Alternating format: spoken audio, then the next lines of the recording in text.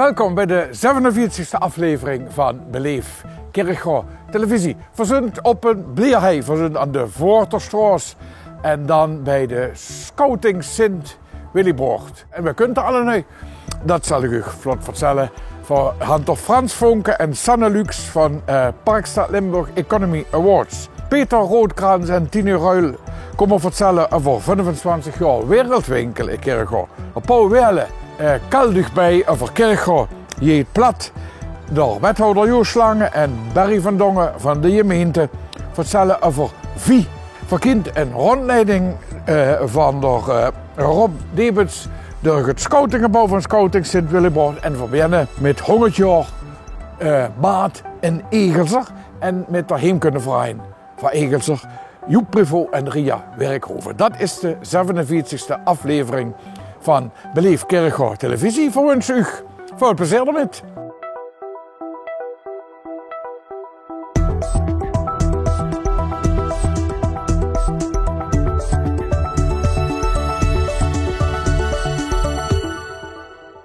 De Ietse gasten aan de dus, nu in deze uitzending, die zijn van de Heemkundevereniging in Egelser, SEDDEH, ze kennen het direct zelf wat dat betekent, Ria Werkhoven en Joep Privo. Klopt. Welkom. Dank. Voor jullie het gaan over zeg maar, het jubileum van de bekende maat in Egelser en wat u daarmee wilt als Heemkundevereniging. Ja. En dat is een bijzonder leuk initiatief, moet ik zeggen. Wie zou erop je komen überhaupt om dat te doen? Nou, het is zo geweest. We organiseren als Heemkundevereniging Stichting Eigenshoven door de eeuwen heen. Proberen we immer geen jaren uit te doen. Van in 2022 hadden we een thema rond de Romeinen gehad. Die zijn in Egelser geweest. 2023 hadden we de Bronk in Egelser in de 50e jaren hadden we dus nog gebootst. Met alles erop en eraan, met de pastoor Hemels erbij, een processie, de kermis, het huisgezin. En in 2024 zo we te dubbel wat dun vandaan, zijn we niet uitgekomen, aan we gezegd verschuiven natuurlijk en dan komen we dus op 100 jaar markt Eigelshoven. Eerste artikel van de markt Eigelshoven wordt in 1924, dat is een krantenartikel. En dan wordt dan in vermeld. Er zou er in zichzelf heen gekomen dat hongetje. Ja, als zoekende hoor. Maar jullie wisten dat überhaupt niet? Nee, die wisten dat dus niet. Nee, dat klopt ja. En er stond dus in het artikel dat in april 1925 de eerste keer de maat in Egelser gehouden wordt. Ja. En dat vonden we dus een leuk thema, dus wat hebben we toen gedaan. Ze met de verkoop van groenten en fruit en kramerijen.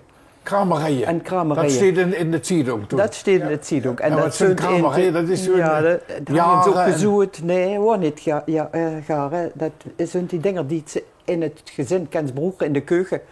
Vergiet of in zee, of maar van dat soort dingen hoor. Die ze daar benieuwd. En dan wordt een kram of twee kram of... Wanneer ze op de foto's ziet. Ja, op de foto's is wel. Er staat zo'n een foto van. Ja. Dat stelt eigenlijk niet net veel vuur. Nee. Maar er zijn ook dat ze levende haven verkochten. Er wordt een levende konijn en pluimvee wordt verkocht. Dus in het begin was dat nog ganz einfach. En manufacturen. Manufacturen. En dat was wel fascinerend. Wat garen en kleuf en zo gaat allemaal. Dat is later ook erbij gekomen. Ja, goed, toen is contact ontstaan met de marktkooplui. Die stonden er 100% achter. Wie we dat één keer op een rij houden, zijn we naar de gemeente gegaan. En dan hebben we dus de gemeente Kerkraal aangesproken. We zijn samen geweest met Patrick Eipelaar en met mevrouw Heiltjes. En hadden het idee geopperd van die jongetje-markt. Dat is positief ontvangen. En wie jullie dat doen? Want wie lijkt er nu dat verband dan? Want, Oké, ik denk dat het wichtigste is dat we ganz veel foto's hadden. Ja. En voor wel het toneel gaan. En 3 fases. Wie zo'n stuk tableau vivant was. Ja. Daarna de 1925, daarna de 1970 en daarna nu. Ja. Dan hebben we de Arno Dekkers gevraagd. En de Wim Heijmans, die had een stuk geschreven en die ook. Ja. En die brengen zelf een aantal toneelspelers mee. En die gaan daar van de eerste krom. Dat is met kuil en chapeng, waar de maken ze gaat. En in het tweede komt er vis aan bod. En dan bij de derde, daar komt de ontknoping. Wa? Ja. Maar dat is natuurlijk totaal verschillend nu. Dat is, bedoel, kan ze niet meer vergelijken. Alleen al het internationale karakter, waar we daar allemaal heen kunnen. Dat is ongelooflijk. Ja. Dat vergelijkt met 1925 en dan kijk je naar de 60er jaren, dan merk je dat de Oosterburen de maat van egels beginnen te ontdekken. Er wordt in één keer wordt Duits gekald. Ja. Dan stonden aan de kom, stonden ze in de Oost-Hollander en de Volksgeld, dan moeten ze in het Duits. Ja, leuk hoor. En die gaan uit de Zeitung nog een uitspraak gehouden. Daar stond boven, kom eens even koeken, snel daarbij zijn. Ja. Dat roven ze nou wel. Ja. Kijk, en wenn ze dan de tegenwoordige tijd bekijkt, er zijn Samsung op de maat geweest. Daar loopt ze rond. Er is toch geen Hollands meer. Nee. Dat is Chinees, Turks, Marokkaans. Ja, natuurlijk. zijn allemaal waar. Oekraïne, want dan merk je ook wel dat er veel... dat is wel een uitje. Langzaam werd dat een soort daguitje. Maar de egels... Ja. En hoe ik ook dat is allemaal in het gesprek het vergaan houden, dat er kunnen nog zo'n actie met munten, of niet? Ja, dat klopt, ja. De marktmensen die worden bereid om een bijdrage te doen en die hebben dus besloten onder elkaar, die houden daar een putje vuur, dat ze dus een €15.000 ter beschikking zouden stellen. En dat doen ze dan aan de hand van munten, die een waarde hadden van €2,50. En die willen ze dus de komende Samstagen, tot aan de 4e oktober, willen ze die uitgeven aan wie die dus gaat kopen. En de 4e oktober kunnen ze dan, als het ware, betalen met die munten. Op de maat? Op de maat, ja. Ja. Kijk, wenn je voor €10 cups en daar is 2 bonks, dan hoeft ze maar €4 te betalen in plaats van 10. Ja. Maar je weet niet wie het precies is. Nee, dat weet ik maar zo werkt het nooit niet verder. Zo is het systeem. Maar dat is net wat... Dat is goed bedacht. Ja. Dan kijk en dan het zondags, dan nu we die luien op de binnenplaats van de Laterhof. Die werden dan apart even in het zonnetje gezet. Ja. De gemeente kunt ook om die mensen te feliciteren. Zo'n afvaardiging, want voor de gemeente Kirchhof zingt dat toch wel een speciaal evenement, zie je. De Made Egels, dat is een van de grootste evenementen. Kijk, de Made is net voor niks al meerdere keren met een award beloond. Ja. Nou, toch leuk om voor Egels en schön voor Kirchhof. Ja, vind ik ook. Dat nog zo'n maat van de omvang besteedt. Ja. En ik wens je veel plezier. Oktober. En ik hoop dat veel jullie weg waarom door de maat vingen. Maar ja, dat gebeurt sowieso al. Dus, ik wil het zeggen, dus dit werd succes. Mensen het Samstes kunst. En vooral is het natuurlijk interessant om het zo uit te lichten. Ja, dat ik ook. Dat het hongetje op besteedt. Ja. Voor een leuk gesprek, veel plezier dan. Ja, dank je. Ja, dank je.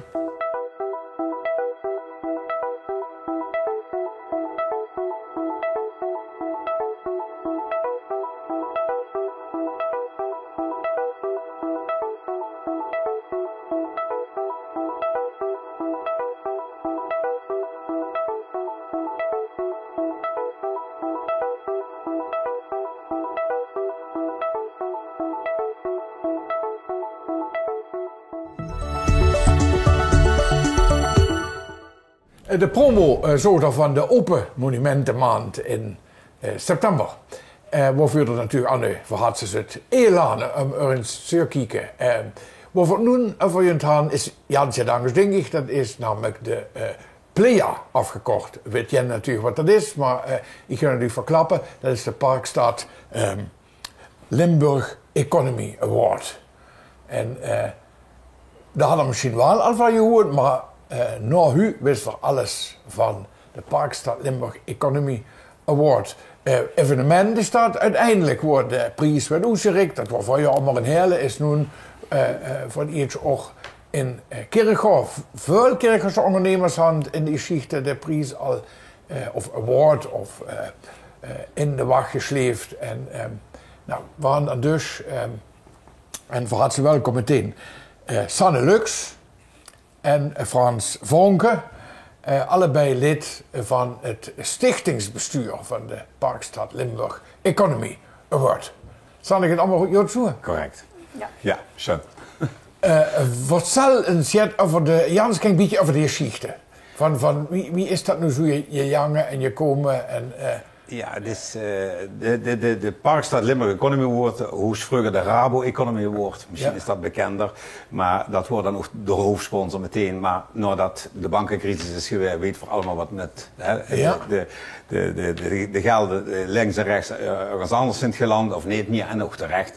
Nee, verhies dus de Parkstad Limburg Economy Award en dit werd het 22e jaar dat voor bestond. En we hebben 20 uitreikingen gedaan. En hoe is het eigenlijk vandaan gekomen? Vroeger bestond een accountantskantoor in de regio Parkstad of Heerlen. En dat wordt namelijk een meneer Wielkousen. Ja, leuke hengernaam. Ja, een leuke hengernaam. In de Kerkrusserman. En die wilde eigenlijk in zijn nalatenschap gaat doorlaten voor ondernemend Parkstad, hoe dan ieder jaar een prijs zou uitgereikt worden aan dat bedrijf dat zich echt gedienstig maakte voor Parkstad en daarbuiten. Nou, zo gezegd, zo gedaan. Er is een enorme award uitgekomen, die klingen hier maar dan zeker zo groot. En die werd dus jaarlijks uitgereikt binnen Parkstad aan bedrijven in Parkstad. Ja. En dat is eigenlijk allemaal ten vervullen van de Wielkousen. En ja, bestond nog altijd als organisatie of als stichtingenbestuur. En daarna, een jaar of 6, 7 geleden, is er de Talent Award. Dat wordt eerst de aanmoedigingsprijs, maar de Talent Award aan toegevoegd voor bedrijven dus die tussen de 1 en de 5 jaar bestond. En dat is voor bedrijven die dus in Parkstad ingeschreven stond in KVK, want er zitten een hele hoop regels natuurlijk aan. Dus daar moesten ze echt dus en MIELU als personeel hebben en minimaal 5 jaar bestaan. En wie werkt dat dan, Sanne? Want we bepalen dat. Ja, het is eigenlijk zo. Voor Wengen het belangrijk dat gans elke ondernemer in Parkstad gewoon erkend werd. Dus dat houdt in dat voor elke inwoner, elke ondernemer de kans willen geven om een bedrijf of een organisatie te nomineren. Nou, dat is eigenlijk onze fase 1. Dus een inwoner kan benaderen en zeggen, er moet ergens naar dit bedrijf kijken. Precies. Ja. Er zijn gewoon pareltjes die onontdekt zijn omdat ze in een hoekje liggen of om gewoon niet zoveel online bekendheid hadden. Ja, en ook die ondernemers zijn het gewoon belangrijk om een podium te bieden. Dus elke inwoner, ondernemer kan een organisatie nomineren. En vervolgens gaan we bekijken of die nominaties wat binnen zijn gekomen, of die aan onze eisen voldoen. Dus of ze ingeschreven zijn bij de KVK, of ze langer dan 5 jaar bestaan in de economie-categorie. En uiteindelijk kunt er een lijst uit van hele mooie nominaties. En vervolgens mogen die bedrijven die er genomineerd zijn, die gaan een stemronde doen. Dus die gaan stemmen werven. En vervolgens... Die neemt zich een beetje pitchen of zo. Ja, die gaat zich even bekend maken. Die kunt eigenlijk via elk kanaal wat ze maar willen, gewoon die stemmen verzamelen. En uiteindelijk de top 10 en de top 5 met de meeste stemmen, die gaan door. En die top 10 en die top 5 in beide categorieën, die gewoon een pitch maken, waarbij ze aan de onafhankelijke jury laten zien waar ze zijn inhoudelijk, wat ze kennen, wat ze doen in Parkstad. En die onafhankelijke jury bepaalt dan uiteindelijk wie dat wint? De top 3. Ja, klopt. Ja. Dus het is en we zitten dan door zo in? Het is heel vrij tot en met top 5 en top 10. En daarna de top 3, dat bepaalt aan de onafhankelijke jury, die dus eigenlijk ook los staat van het stichtingsbestuur. Ja, uiteraard. Ja. En wij zitten erin, bijvoorbeeld, daar zit Huub de La Haye als voorzitter in. Het is een bekend VI van Highlight. Daar zit de burgemeester van Simpelveld zit erin. Daar zit een accountant in. En, daar zit een ondernemer in. Allemaal eigenlijk, dus wel met kennis van zaken en een kijk op onze regio. En die dan uiteindelijk gewoon bepalen en ook informatie inwinnen. Wie steed het bedrijf zo voor? Wat deed het bedrijf? Wat maakt dat bedrijf nu zoals uitzonderlijk ten opzichte van de ander? Nou, en die 3 genomineerden, ja, die kregen dan een hele lijst aan opdrachten uiteindelijk. Die ze weer moeten dus gewoon invullen. En dan kregen die uiteindelijk als laatste ook een bedrijfsbezoek van de jury. En dan valt natuurlijk het zwaard van Damocles. En de genomineerden weten we al, of niet? En de genomineerden. Ja, zeker. In de economie-categorie, dus de kleine award, de grote prijs, is dat Hoeve de Aar, jonge opticiens en event design Parkstad. En in de jongere categorie, dus de talentcategorie, bij deze dan het grote beeldje, is dat Mijn Werk, Kerkro Tropical en de laatste... de 35... Nee, My 35 Kerkraden. De fitness club. Ja. En dan zien ze dat heel divers totaal is. verschillend. Ja, totaal verschillend. Ja. Dus die ondernemers, dat is ook zo'n... Ja, dus er is niet een soort van categorie. Dat is van de categorie Bekkeren en de categorie Nee, dat is ook nooit geweest. Nee. En dat is ook het leuke. Ja. Want ondernemers willen altijd winnen. Dat is gewoon zo. Ik weet dat van mezelf. Je wilt toch altijd. Hè? Dat is gewoon zo. Maar er moest er af en toe het gesprek aangaan met degene die dus niet gewonnen hebben. Voor zich ook altijd, we hebben geen verliezers. Dat is natuurlijk heel makkelijk gezegd, maar als ondernemer is dat toch altijd, wil je toch hier nummer 1 zien. Nummer 2 is toch, maar daarom voor zich ook nooit 1, 2, 3. Nee, het is alleen winnen. Het is juist als de televisiering of schet, er zijn geen verliezers, we hebben alleen maar winnaars. Ja, genau. En 25 oktober gaan we naar... Ja, 25 oktober hebben we de gala-uitreiking, gala-avond en uitreiking op Rolduc. Ja. Die locatie hebben we ook bewust gekozen omdat het echt een prachtig oud pand is in deze regio, waar het ook wel gaat laten zien wie deze regio is. En alleen al de locatie, de Rolduc, die past perfect bij de uitstraling die Verger aan deze award willen metgeven. Dus we verheugen ons enorm op. En een gala-avond. Zeker, ja. En kaarten kunnen ze krijgen via de site, via onze website. Ja, dus alle belangstellenden kunnen komen. Maar het is echt een ondernemersavond en we willen ook echt in de toekomst, dit heeft zich bewezen dat het al 20 jaar de ondernemersprijs van Parkstad is. Ja. En we willen ook eigenlijk de ondernemersavond of de ondernemersdag maken, hoe jekerinnen zich toch in de toekomst gaan treffen, gezellig. Waal of git, niet nog smoking, maakt allemaal niet zo, maar gewoon weer. En dan gaat het en toch zich ook gewoon ontmoet. Ja, om 6 bedrijven in het daglicht, in het zonnetje zetten. Waarvan er uiteindelijk 2 met deze prachtige woorden een jaar lang tot van deur komt. En dan denk ik, dan mogen die echt heel erg stolz zijn. Hartstikke goed. En vooral als ik daarop mag aanvullen, het zijn nog vooral bedrijven die wel misschien in Parkstad gevestigd zijn, maar zoveel breder publiek hebben. Als je kijkt in de categorie Talent Award een aantal jaar geleden, volgens mij zelfs een van de eerste prijzen, heeft bijvoorbeeld Top Vintage gewonnen. Top Vintage zit hier in Kerkrade, maar die hebben zo'n internationaal publiek. En dat is gewoon ontzettend gaaf om te zien wat de talenten in de regio kan bieden. Niet alleen binnen Parkstad, maar ook veel verder. En wat onze invloed daarop kan zijn met deze ondernemers. Ja, hartstikke goed, initiatief. Nou, initiatief, dat besteedt al zo lang. Dat besteedt al zo lang. Verdragen het gewoon weer. En het is gewoon altijd leuk dat een ondernemer, of het nu een talent is, of een reeds wat gelouterde ondernemer, dat hij 1 keer per jaar toch een keer de kers op de taart giet en denkt van, hij is toch waardering voor hetgene wat je doet. Ja. Want het is allemaal niet vanzelfsprekend in allemaal. En daar kiest er nieuwe energie van. En andere ook. Dat is ook zo. Dat is ook zo. Nou, hartstikke goed. Dank je. Veel succes. Dankjewel. En prachtige prijsjes gemaakt door Wim Steens. Wim Steens. Ze zijn vers van de mal. Of vers van de gieterij. Ja, vers van de gieterij. Ja. Veel plezier op 25 oktober. En bedankt voor uw gesprek. Ja, Geer ook. Bedankt. De evenementenkalender van september. Steeds wat op het programma is bomvol. Dat is meestal zo. En ik neem een paar highlights voor u op. De ganse maand is Open Monumentenmaand. En daar kan je het complete overzicht vinden op de website natuurlijk van Beleef Kerkrade. Samstag 13 september. Kerkrade gaat plat op de maat in het centrum. Vangt aan om 2 uur. Vrijdag 19 september Roda JC tegen RKC Waalwijk in het Parkstad Limburgstadion Aroer. Samstag 20 september is de World Clean Up Day. Het Janse centrum en de Janse stad werden ringgemaakt vanaf 10:30. De 21 september op zondag is Koopzondag de Rode Loper. Dat is een modeshow. Kerkrade Centrum om 1 uur. De 21 september is er Vive la Vida Run. In het centrum vangt aan om 11 uur. Dan maandag, de 29 september, dan speelt Roda tegen Cambuur Leeuwarden. En dat allemaal is in het Parkstad Limburgstadion Aroer. Zo je staat het totaal overzicht op www.beleefkerkrade.nl/agenda. En wil er nog hier op de lease gaan op de website, meld u dan via de e-mail bij beleef@kerkrade.nl. Dat wordt de evenementenkalender september. Hoi, ik ben Jinte, de kinderburgemeester van Kerkrade. Wist je dat we in november de Jonge Award uitreiken? Dat is een prijs voor jonge helden tussen de 6 en 21 jaar. Deze jonge helden uit Kerkrade hebben iets bijzonders gedaan voor anderen of voor onze mooie stad. Denk aan een actie voor het goede doel, een slimme uitvinding of het redden van een dier. Met de Jongewoord waarderen we hun inzet. Ken jij zo'n jonge held, een vriend, vriendin of iemand uit de buurt? Nomineer hem dan nu via www.kerkrade.nl/jongewoord. Wie weet zien we jouw held straks op het podium. Tot dan!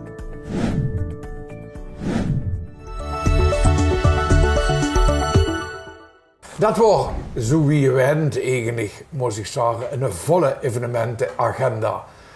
Waarom voorstaat in de komende weken. En ja, daar hoort natuurlijk ook bij dat vuur midden in de stad op de Hoogstraat. Handvuur in de wereldwinkel.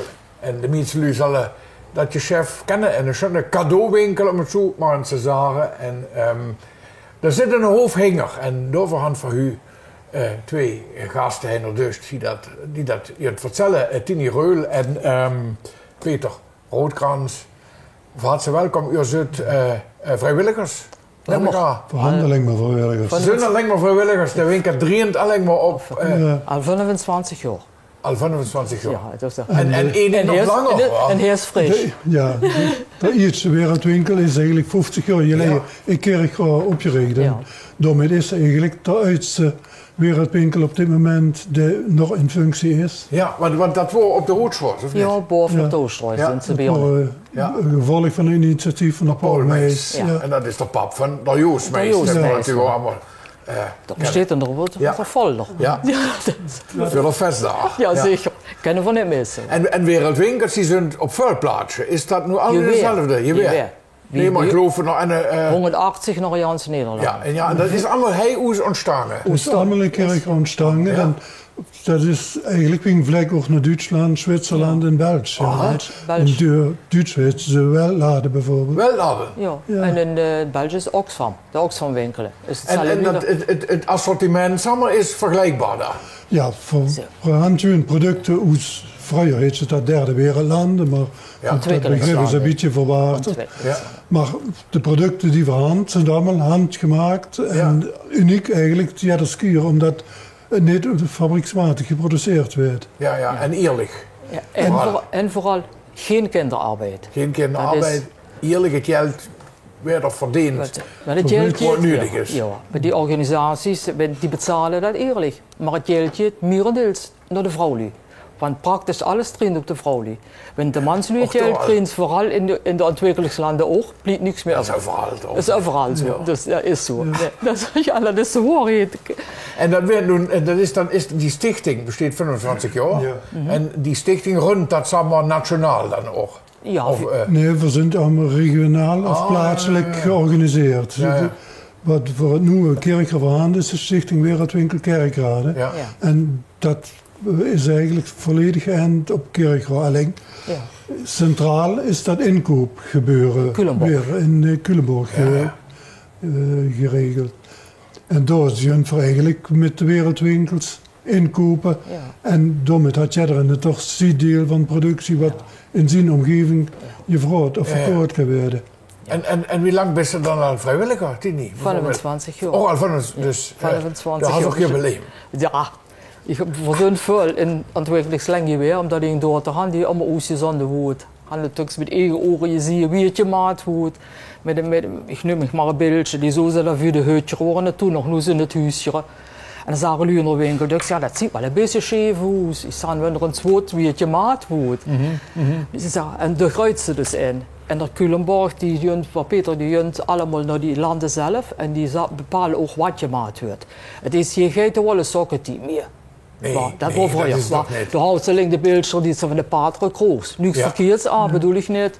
Maar we zijn echt in de cadeauwinkel worden. En het zijn nog prachtige producten. Ja, en we gaan het je leuk dat Kerkrade er niet zoveel had. Dus dat moet ik ook zeggen. Dus de hand voor je. Niet zoveel wereldwinkel. Ja, en het toch maar. Nee, in de cadeauwinkel. Oh, zo ja, dat is natuurlijk ook iets. Ja, want Maastricht wat niet echt besteed wordt. Nee, wie Maastricht zit er Tremung, die hangt allemaal in de wereldwinkel meer. Maar er zijn cadeaushops nog, om het zo te zeggen. En we hoeven dan niet te concurreren nu, Peter? Nou, dat verhandelen een ganz breed assortiment. Ja, zeker. En de was met 52 binnen kunt, dat weet ik nog niet. Maar en de paar honderd wel hoe zit. Dat kunnen we nog bedienen. Maar we hebben dat allemaal door die 42 vrijwilligers die doorsteunt. En dan gaan voor iedereen benötigd. Ja. En nog allemaal lu, of kunnen ze zich nog allemaal lu aanmelden? Dat kunnen we allemaal je. Want dan moet het zien dat de jongste is bij ons rond de 65 en de oudste is boven de 80. Dat ben ik. Ja, dat speelt zich allemaal op de helft zit af en dat is natuurlijk wel eens verlopen. Ja, het zijn maar 3 mannen en de rest zijn vrouwen. Och daar, ja. Dus, maar die gaan voor allemaal nodig. Dus alvast proficiat. Dankjewel. En voor al die jaren werk ook. Ja, misschien zien van in zijn winkel. Ja, misschien wel. Ja, misschien wel. Dat is toch ik ben wel vaker naar winkel. Ja, dat is het, joh. Dat is het, ja, zeker. Ik weet het zeker. Ja. Schoon, jong. Steeds zelfs van in het zomer. Dus, ook nog. Maar veel spaß dit nog, veel plezier. Dank je. Nog veel jaren en veel publiek wens en veel vrijwilligers. Dank je wel. Dat wordt 25 jaar Wereldwinkel Stichting, 50 jaar al de Wereldwinkel in Kirchhoff. Komt alle nu, kijk op de 25 oktober.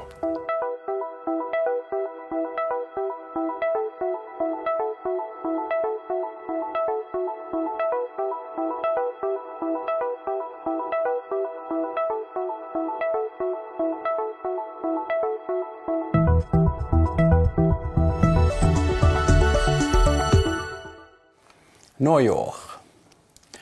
Wenn de letzte Sonnenstrahlen Huis hinger Böhm verscholen, versuchen durch Blär zu schingen, durch Grün en Brun en roer Dinge. Da wees der ganze Busch bescheid, dat der Sommer schlafen geht. Onder een warm Neujahrsdecke, für dat der Winter sich kann strecken. Der 13. September geht Kirchhoff platt für de Nüngde Moll. Plattspektakel in de ganze Stadt. Daarvoor is hij, de Paul Welle, hij is in het Engels zeggen ze founding father, de gründer, de bedenker, de invaller van Kirchhoff plaat. Dat is in ieder geval aan het wiegje gestaan. Verhand met een ganze groep lui aan het wiegje gestaan. Dat is namelijk een initiatief van de werkgroep Dialect. Die zit daar vroeger in Hütze, is dat Hartz voor het Kirchhoffsblad. Ja. Daar zit ze voor mij een man of 10 BNE en de bedenker die voor het blad kunnen regelen. Ja. En dit wordt ik denk ervan. De nungde keer. De nungde maar. Om de 2 jaar ongeveer. Genau om de 2 jaar. Ja. Zo jaren corona-tijd. Ja. En wat jullie van dit jaar beleven? Nou, in een ganse hoofd. Het zijn 11 bühnen in Jans Kirchhoff, in de Wirtschaft, op de Maat. Hingen haar jaar terug, in de hub, in de multizaal, in de muziekschule, in de Biep, op de Hoofdstraat, in het Vastelovensmuseum, in de studio van Eurode Music. Dan kan ze het zo raar bedenken, voorhanden een programma lopen. Ja. En dan komen schrijvers, vuurlezers in je werk, voorhanden muzikus de ganze provincie. Varemung, Maastricht, Sittard, Venlo, Kirchhoff, Bochum, Neuenaren, kan ik nog meer bedenken. Van alle zie je kunt muziek en schrijveren naar Kirchhoff. En alle nog verschillende soorten plat? Ja, min of meer? Ja, het kijkt vergraaien immer weer bij je neer. Ja. En het Kirchhoff, ik ken ze uit daar overal kallen. Dus, ja, dat weet ik.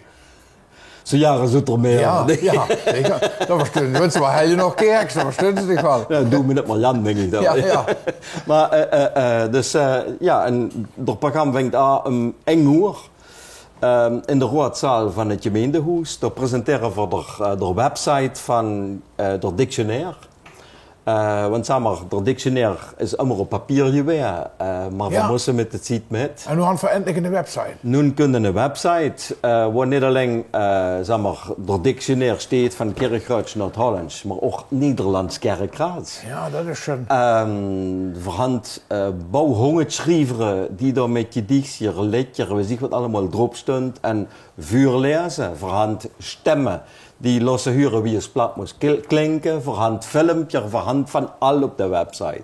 En dat je dus op 13 september ook in première, de Loerde. Ah, hartstikke schön. Ja. En wichtig onder is natuurlijk ook gewoon met dicté, of niet, in het Kirchhofsblad? Nou, dat is... Of heeft het anders nog? Nee, verhand eigenlijk 3 soorten quizzen. Ja? Verhand op die plaats er Platkracht, dat is ook een raadzaal, dat heet er Loek van de Weijer. En dat is een soort quiz over het Kirchhuis, maar ook over Kirchroa, over de geschichte. Er komen allemaal een man of 40, 50 op af. Verhand is keer ook een pubquiz in de Wirtschaft. Dat heet er Marc Sorlier. En dat heet Breyer, dat heet over Limburg. En verhand het dicté. En het dicté dat is in het Vastelovensmuseum. Daar moesten jullie zich voor inschrijven. En dus niet dat we door met 100 mensen lieg komen, maar voor wel wat ze vuren wisten we daar heen gaat. Maar dat is een Limburgs dicté van 10 man uit de Jaanse provincie. En die komen allemaal eng reëel vuur lezen in hun eigen plaat. Dus ook in het Venlo's, het Trabungs, het Zitters, et cetera. En de lui die met doen, die moesten dus proberen in hun eigen schriftwijs dat te noteren. En dan kijken van de hangs, wij dat het beste kan. Ja, dus als ze als Kirchhoff zit, moeten ze ook proberen om je in het Venlo's op te schrijven. Ja. En wenn in de Venlo met deed, want dat jeder voor de radio, het jeder voor LE, een rechtstreekse uitzending van Platteweg. Ja. En dus luisteraars van Oestiaanse provincie kunnen meedoen. En verzint eigenlijk wel je wint dat dat ook zo is. Dus, maar dat kan ze aan de radio meedoen dan? Ja, het is de hele tijd live op de radio. En die lui die zitten in het Vastelovensmuseum. Maar zeg maar, en dat je het per mail, dan moet ik me even via Teams, dat moest me dan het dicté opschrijven. En dat werd red ze nog je kijken en dan kreeg ze een punt voor. Je zou nog nog kijken? Of, ik niet, nee. Dat deed er Mark Sterk. Zeg maar, die organiseert door de boel in het Vastelovensmuseum. Ja.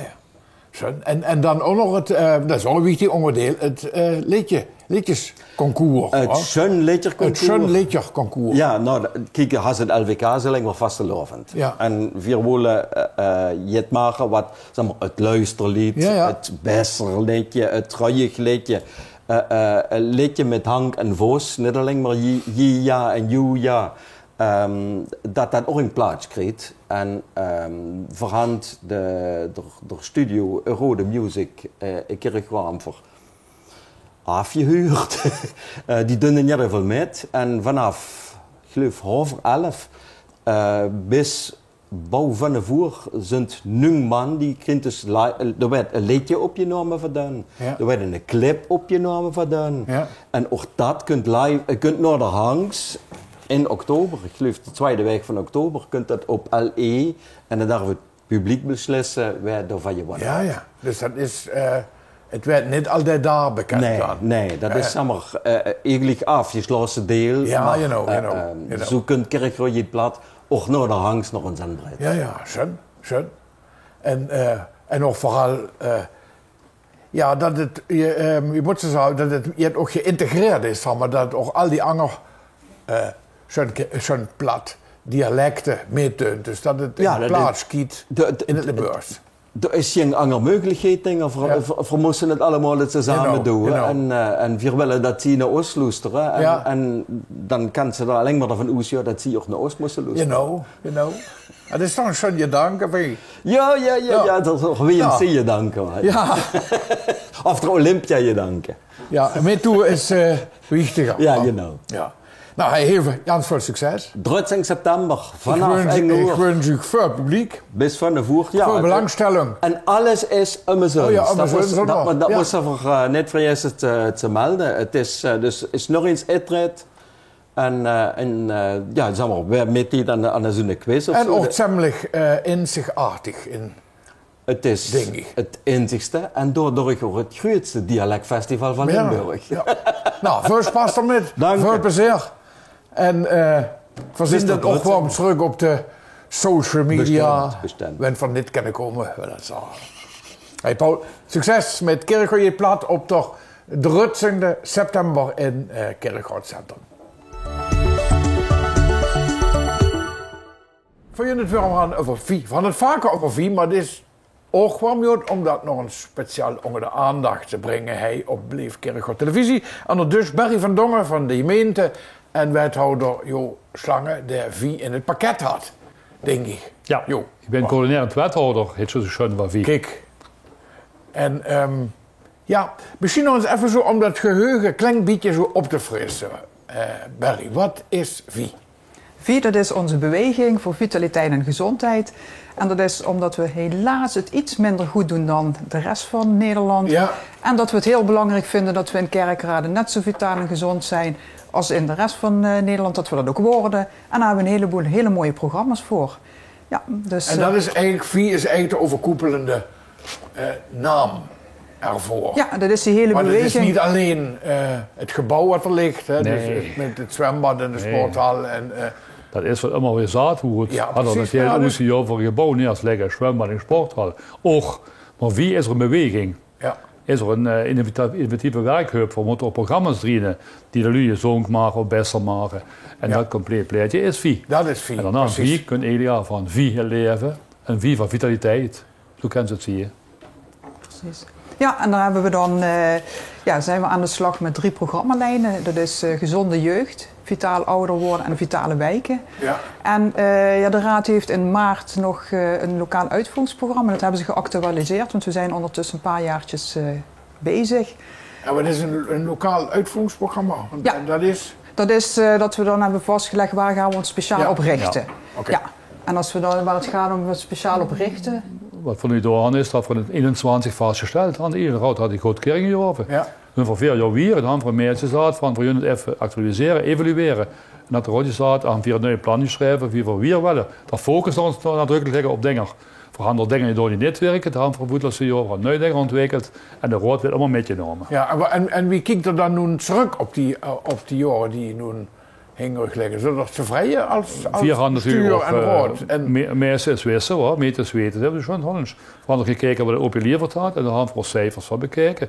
Voor groeien een beetje met, maar we gaan door dat we wanneer terugvallen dan corona als we andere regio's. Dus we doen het beter in principe als we andere regio's, vergelijkbaar. Ja, en hoe meten jullie dat dan? Want hoe meet je bijvoorbeeld dat zeg maar het welzijn en de gezondheid van mensen in Kerkrade vooruit gaat door Vie? Nou, punt 1 is het natuurlijk dat vitaliteit en gezondheid, voordat je dat echt goed kunt zeggen, daar hebben we wat bereikt. Dat duurt eventjes. En over de grote lijnen, zeg maar, waar het gaat, dan hebben we de monitoring zoals die dan ook vanuit de GGD met de gezondheidsmonitor plaatsvindt. Ja. Dus daar kijken we dan ook hoe we ervoor staan. Ja. En voor de losse programma's kijken we natuurlijk hoe werken de programma's zelf. Ja. Dus of de mensen daar ook op vooruit gaan. Want we willen natuurlijk ook uit die lijstjes, hè, die, althans om daar onder aan te bengelen. Ja. Dat wil je niet meer op de voorpagina. Hè? Juist, ja. Ja, zeer zeker is dat zo. Kijk, vooral voor je zoonkind, fysiek je zoonkind, vooral voor diabetes met achterstanden. Dan zie je nu met een programma, Healthy Life of nog meer programma's, die zoeken merken met je 23, dan komen ze vooral voor de mensen die ziet dat er nog veel fitter, veel energieker. Je stond in het morgen veel ieder op, dus weet je dat langer op puzzle op die plaatjes uit, weet je. En dat zijn we ook nog wat. En men verophuren ermee, dus dat moet zelf 4 jaar, dan horen ze mee aan. Kennen we nog niet terug, joh. Ja, precies, dat is natuurlijk ook de personal coach. Een moeilijk punt, hoor. Dat ze zich in de veren zit. Dat helpt. Ja, dat helpt, zeker. Ja. En doordat je allemaal jonge moeten ze programma's doorzetten of andere programma's wel bijhouden. En dat is via geleuven erin. En het ging er wel leunen is geen optie. Nee. En als het dan gaat over wat voor soort programma's dat we doen, hebben we dus nou speciaal bij die Focus ook gekeken waar kun je het grootste verschil maken. En dan zien we dat er een paar dingen zijn. Dat is één, dat is dan eigenlijk je bestaanszekerheid. Heb jij genoeg geld om rond te komen? Ja. Dus dat is super belangrijk, want anders heb je toch heel veel stress. Ja. En een ander belangrijk onderdeel is, we noemen dat de basisvaardigheden. Kunnen lezen, schrijven, digitaal mee kunnen komen. En dan zien we ook van ja, als je daar gewoon niet goed mee kunt komen, en helaas is dat in Kerkrade toch nog best wel veel mensen die daar moeite mee hebben, dan is alles gewoon een stukje moeilijker en is gezondheid ook een stuk lastiger.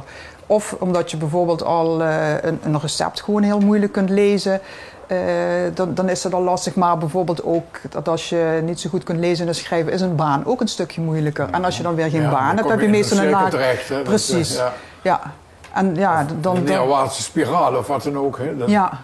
Maar wat doe je dan concreet bijvoorbeeld als je kijkt naar lezen en schrijven? En, ja, de hand van de bibliotheken vuur op deze wereld. Ja. De programma's gedreven voor hand ook met de stichting lezen en schrijven, hand voor een connection over het taalhelden van deze wereld.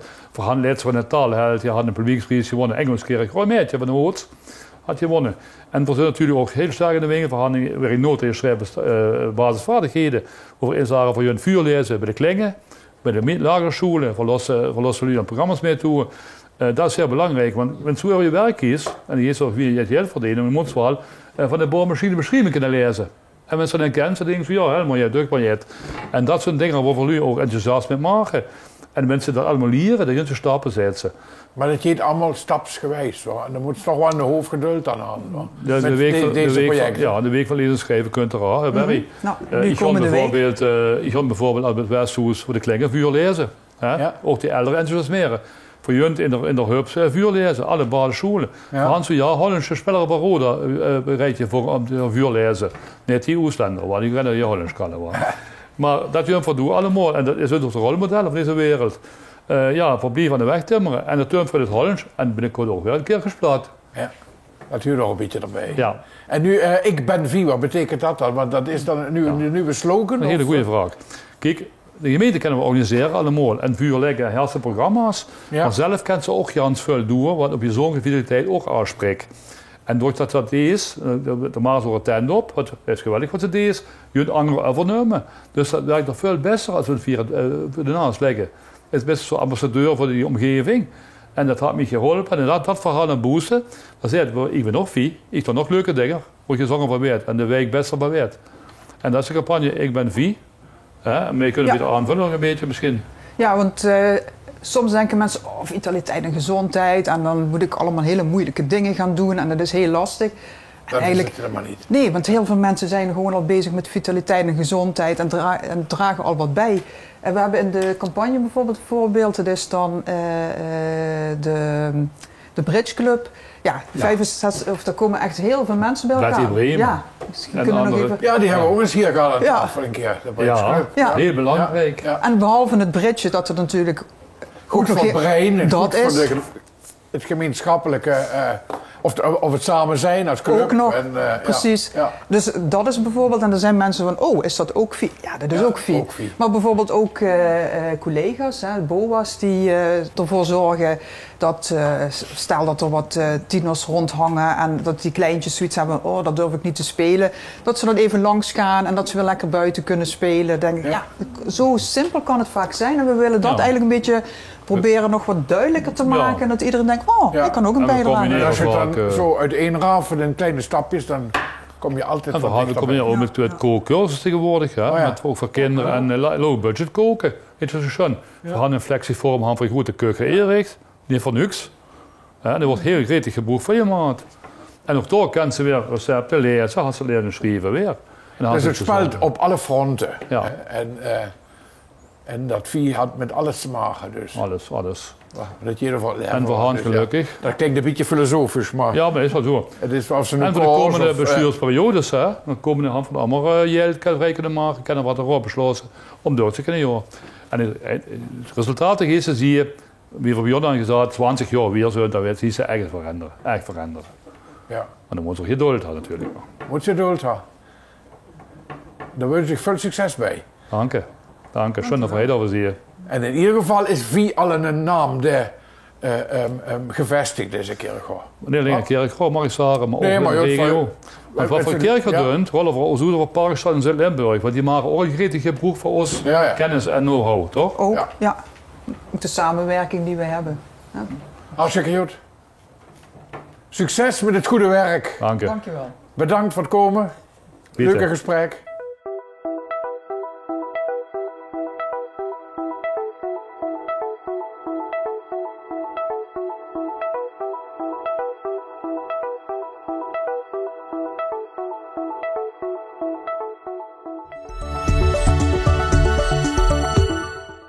gaan weer met het laatste onderwerp. We zijn Janse middag al te gast bij de Scouting Sint-Willeboord aan de Voorterstraat op een blierhei. We zijn al net dat voetbalterrein voor de hand. En aan de dus had ik nu zitten Janne Lochman en Rob Debets.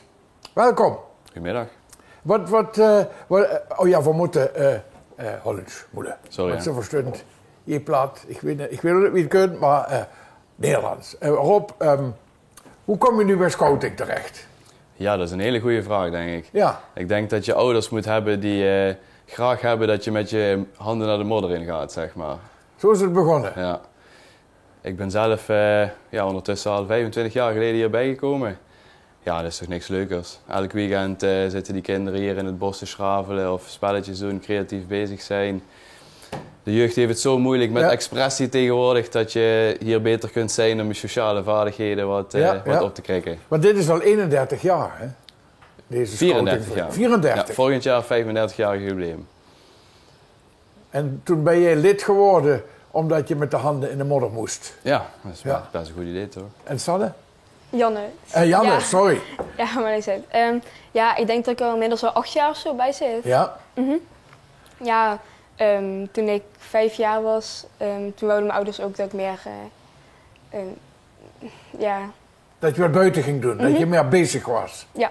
Zat je te veel op je mobieltje? Ja, die had ik nog niet toen. Oh, gelukkig maar, gelukkig maar. En hoe kwam je dan bij deze scouting terecht? Of is er nog maar 1 scouting in Kerkrade? In Kerkrade zijn er 3 nog maar. Nog 3? Recent is er eentje gesloten helaas, maar wij houden ons goed staande en nog steeds wel groeiende. Kunnen altijd nog leden gebruiken, dat is zeker waar. Maar, ja, want scouting bestaat al heel lang. Hè? Zeker. Ja. Ooit opgericht door Lord Baden-Powell in Schotland. Ja.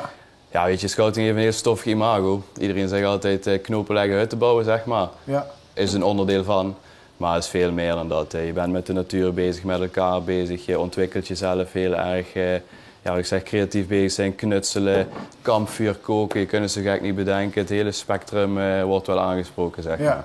Dus het is veel meer dan alleen maar een beetje knullig. Ja, en wat maakt dat dan? En je hebt nog steeds het onderscheid, welpen en dat bestaat nog steeds. Zeker. In onze vereniging is wel geen verschil meer tussen jongetjes en meisjes. Bij ons is alles nu gemengd. Er zijn wel nog verenigingen waar het wel is. Vroeger hadden we nog welpen en kabouters, maar tegenwoordig is het gewoon welpen. We beginnen bij de bevers, dan welpen, scouts, explorers en dan ga je door naar de oudere groepen. Want we hebben ook nog steeds volwassen scouts, dus het is voor alle leeftijden, zullen we maar zeggen. En dat is een prachtig binnenkampvuur kun je maken. Ja, absoluut. Sinds een paar jaar weer die prachtige aanbouw gerealiseerd. Dus het is fantastisch om hier te zitten. Iedereen en wat doe je met houtbewerking? Hakken, zagen, snijden, dat soort dingen. Ja. En ook wel eens in de vingers? Nee, dat geeft nog niet. Oh. Ja, misschien wel een klein sneetje, maar nog nooit iets ergs. En dat natuurlijk ook op kamp gaan, of niet? Absoluut. Bestaat vast nog. Daar leven we het hele jaar naartoe met z'n allen. Echt waar? Ja, absoluut. Ja, we hebben dan meerdere weekenden door het jaar heen. En dan hebben we nog in de zomervakantie hebben we één week lang. Ja, dit jaar zijn we ook naar Brugge geweest dit jaar. En met een dagje Parijs. Aha. En het kamp was in? Brugge. In Brugge? Ja, in België. Met de hele groep? Met de scouts. Oh, oké, dat is wel onderscheid dan. Elke speltak gaat zelf naar een locatie. Ja. Ja, we gaan zo ook kijken, denk ik. Hè? Een klein beetje rondkijken hier. En wat plaatjes schieten. Wat zou je nog willen vertellen, Sanne? Je gaat naar de Jamboree, ben jij? Ja, ik ga naar de Jamboree. Wat is dat? Dat is in 2027. Ga je dan 2 tot 3 maanden weg naar het buitenland. Dus een kamp dat 1 keer in de 4 jaar wordt gehouden. En dan is internationaal. Is wereldwijd, of niet? Ja, over de hele wereld en dan met 50.000 scouts ongeveer. En daar zou je graag naartoe willen? Ja, heel graag. Waarom? Dat is ik weet het lijkt me gewoon heel leuk om mee te maken. En dus in Polen, in 2027. Alleen wel jammer dat ik natuurlijk €4.000 moet betalen als inschrijvingskosten. En hoe ga je dat doen? Ik ben meerdere acties nu aan het doen, zoals kaarsen maken, verkopen, kleding inzamelen. Ik wil een trekking houden volgend jaar. Dus ja. Ja, dus dat geld moeten we bij elkaar krijgen dan, hè? Ja. Dus dan moet je reclame blijven maken, want anders dan Over 4 jaar? Nee, het is 1 keer in 4 jaar, maar over 2 jaar. Over 2 jaar? Ja. Dat is al snel. Nou, heel veel succes. Ik hoop dat mensen je ondersteunen. Ja, ik hoop het ook. Ja, hè? Dat komt vast goed. Dan kun je naar de World Jamboree. Ja. Oké. We gaan kijken. Is dat goed? Dat mag zeker. We gaan lekker even rondkijken wat jullie hier allemaal hebben. Ja, is goed. Oké. Je deed net nog een oproep om voor vrijwilligers die nog in de tuin zouden kunnen werken. Ja, dit is onze tuin. Dit is de tuin. Ja. En nu is die vrij leeg. Maar vorige week zaterdag hebben we hier ons jaarlijkse tuinfeest gehouden. Ja. Dat is in principe elk jaar de opening van het scoutingseizoen. Dus iedereen komt terug van de kampen en van de zomervakanties. En dan, scholen beginnen weer. Ja, en dan hebben we hier een groot feest met z'n allen met een mooie barbecue. Maar ook niet onbelangrijk elk jaar de jubilarissen. Mensen die natuurlijk al zoveel jaar bij de vereniging zijn. En ook wat wij noemen het overvliegen. En dat betekent eigenlijk gewoon als je een bepaalde leeftijd hebt bereikt, dan ga je bijvoorbeeld van de welpen naar de scouts. Nou ja, dat doen wij altijd heel leuk. En dan hadden hier een ophaalbrug staan, dat zou jullie dadelijk ook kunnen zien. En dan moeten die kinderen dan overheen en dan vliegen ze zo door naar de volgende groep. Naar de volgende groep. En dat proberen we eigenlijk elk jaar weer op een andere manier te doen. En dat doe je elk jaar? Ja. Wat staat hier? Nou, wij als vereniging doen heel veel pionieren, zoals dat heet. En wat hier staat is een maquette van de torenkraan die een deel van onze leden volgend jaar bij het NK Pionieren wil gaan bouwen. Dus we doen af en toe ook wel eens mee aan wedstrijden. En het is de eerste keer dat we het nu gaan doen, dus we willen het meteen groots gaan aanpakken. En natuurlijk gaan we winnen, dat snap je natuurlijk. Dat snap ik zeker. Ja. En dit wordt dan hoe groot gebouwd? Want dit is natuurlijk een kleine maquette. Ik denk dat het wel 1 meter of 8 hoog kan worden. Ja. Zo. Ja. Mooi, mooi, mooi. We gaan verder. We zitten in de kampvuurkring nu, klopt hè? Zeker waar. Dit is lekker buiten. Ons onderste veld waar ook onze speeltoestellen staan. We kunnen hier ook direct door het poortje de band in, dus we kunnen met de kinderen zo het bos in. Dus het is een ideale locatie. Goed de natuur in. Ja, zo'n scouting kost een hoop geld. Zo'n groep heeft geld nodig. Zeker waar. Je hebt natuurlijk contributie, neem ik aan. Ja. Dat zijn allemaal dingen die nog bestaan. Ja, we hebben inderdaad de contributie, dat is de hoofdlijn. We hebben ook tegenwoordig de vrienden van Willybrood. Ja. Dat zijn sponsoren die ons met een kleine vergoeding per jaar gewoon helpen. Alle kleine beetjes helpen. Dat kun je ook terugvinden op onze website. Verder is toevallig nu recent Rabobank Club Support actie weer begonnen. Nog. Als inwoner van Kerkrade en de regio, als je een rekening bij de Rabobank hebt, kun je volgens mij op 3 verschillende verenigingen stemmen. Dus als er eentje naar ons zou kunnen komen, het zou heel fijn zijn. We zijn van plan om met het geld nieuwe slaaptenten te kopen voor de jeugd. Zodat we zo ook de komende jaren nog droog op kamp kunnen sturen. Dat ze droog kunnen slapen. Absoluut. Ja, dat zou wel fijn zijn. Wat zeg je? Dat zou wel fijn zijn. Ja, een beetje droog slapen is goed. Ja. De rest dat maakt niet uit, maar je moet wel droog liggen. Ja. Dus, nou ja, ik hoop dat het helpt. Hè, dat mensen zich gaan melden. En, het was heel leuk om hier te zijn, om dit te zien. Hè, om een club te zien die zo actief is voor jeugd en jongeren. Ja, en heel veel succes daarbij. Mochten jullie nou denken van wij willen ook lid worden van die vereniging. Ja. We draaien op vrijdagavond en op zaterdagochtend. Of kijk gewoon op de website www.willybroodkerkrade.com en meld je. Je kunt altijd vrijblijven een keer met je kind of zelf natuurlijk. Iedereen kan komen kijken. En volgend jaar... Ja, heb je de gemeentelijke scoutingdag misschien? Ja, die gaan we proberen te organiseren, maar dat gaat vast goed komen. We willen net na de zomer een activiteit op de markt organiseren waarbij eigenlijk scouting en het buitenleven centraal staat. En dat zijn grootste plannen, dus dat moet heel mooi worden. Ja, dan ga je die toren bouwen, die kraan. Die kraan, zeker. Ja. Hartstikke mooi. Hey, veel succes. Dank voor jullie gastvrijheid hier. En dat wordt dan waarom... het is net zo leuk. De 47e uitzending van Beleef Kerkrade televisie. En voor woorden te gast bij, het is al een paar keer zaten u bij Scouting Sint Willebord aan de Voorterstraat. Kom eens een keer kijken op de vrijdag of de Samsung neem. Het klinkt met het klenking, het nerfje, het niertje, maar het allemaal nu zo. Dat is toch geen zie. De nieuwste uitzending is op de 5 oktober om 12 uur bij RTV Parkstad. En ik wens u nog zo'n weken.